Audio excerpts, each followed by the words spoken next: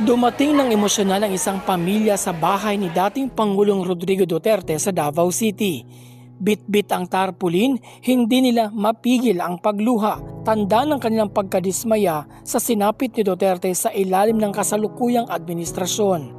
Maging ang kanilang anak halos halikan na ang gate ng bahay ng dating Pangulo bilang pagpapakita ng kanilang pagmamahal at pagsuporta. Sir, sa pagsugod yun ni tatay sa pagsirpisyo sa Davao, love na yun na mo siya hangtod karon. Sayang kayong tang nag-uol yun mi kay mamugod among naibalan ang gidakop siya na wala siya warrant of arrest, wala iyang pangalan sa ICC o sa Interpol daw niya. Mauna na shock na lang mi nganong gidakop si tatay. O nya mauna among ginaampo sa Ginoo nga unta makaulit na siya diri balik sa Davao. Nga makabalik siya sir niya. Naluoy po sa iyang mga pamilya o sa mga tao po nga nag-sacrifice para lang yun sa kang Tatay Digong. Hindi lamang mula sa Davao ang nagpakita ng suporta kay Duterte.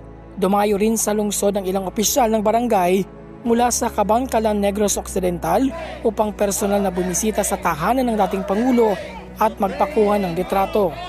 Want to visit Davao and also to know the situation of Tatay Digong, no? So kung maaari ibalik na si Tatay Digong dito sa amin sa Pilipinas, no? Para mas peaceful na tayo.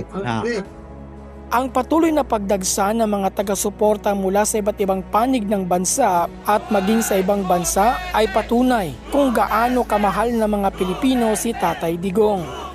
Para sa kanila, hindi matitinag ang kanyang pamana at ang kanilang pananalig sa kanyang liderato. Mula dito sa Davao City, para sa Diyos at Pilipinas kong mahal, Jomel Santos, SMNI News.